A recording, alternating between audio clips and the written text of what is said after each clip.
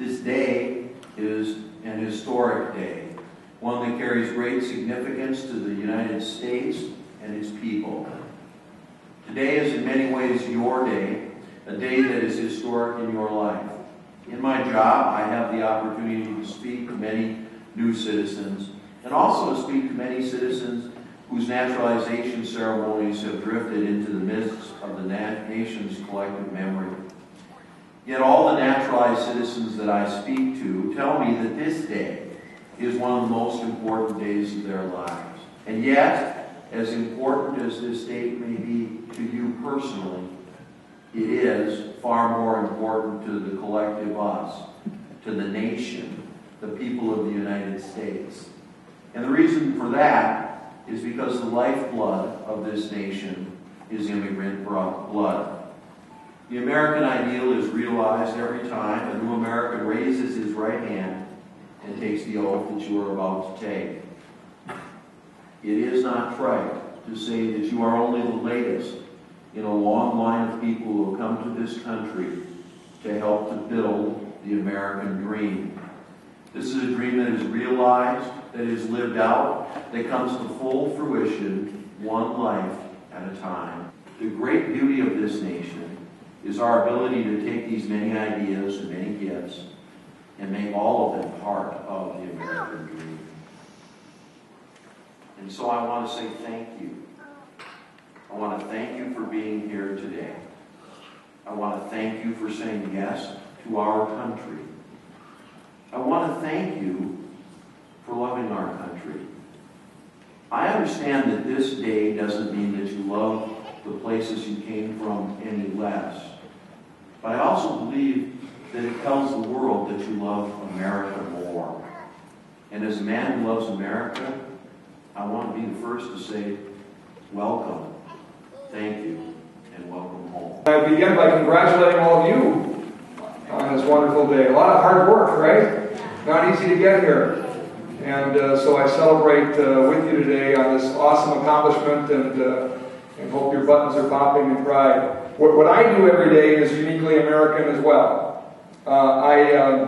As the judge mentioned, I'm in the radio business and have been, actually was born into it. I'll tell you a little bit more about that in a moment. But I have been on the radio regularly since I was 12 years old. And I'm 46 now, so I've been doing it, as he said, a long time. In the mid-'80s, I started doing a radio talk show. And a radio talk show is essentially a place to share opinions.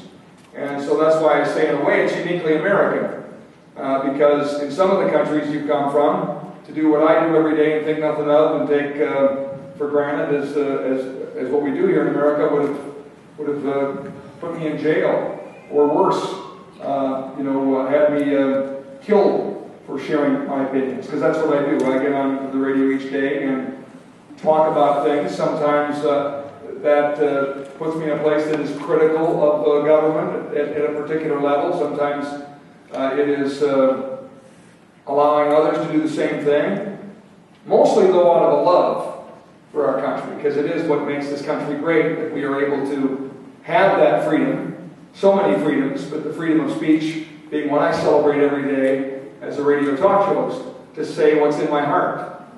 Ultimately, criticism isn't, in my view, a bad thing. It's ultimately to remind my fellow citizens and our elected leaders what I think probably you are in a better position of knowing today, and that's the beauty of America.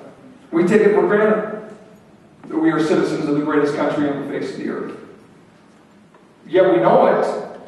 You know, we could all share stories like I just told you over and over and over again. They're everywhere. Rags to riches stories. And it isn't just about money. It's about, whatever it is you choose to do. Whatever you want to accomplish, however you want to change the world. Using your own unique situation to say, here's how I'm going to make a difference. This country, unlike any in the world, allows you that opportunity in a incredible way. And that's what's so great about being an American. So I would challenge you this, to be advocates, to take your hard work and this accomplishment and this day and this week and the weeks to come, as Judge Erickson challenged you to do, to ultimately be an advocate for this country.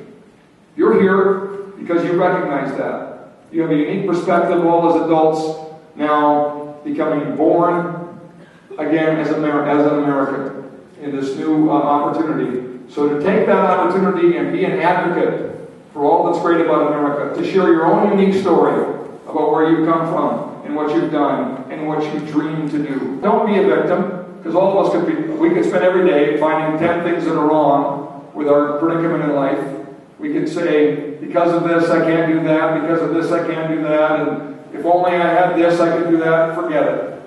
Wipe the slate clean, be an advocate for this great country, and decide that by being citizens of this wonderful country and the opportunity that you now have going forward, that today is the day that you do whatever it is you dream to do in the greatest country on the face of the earth.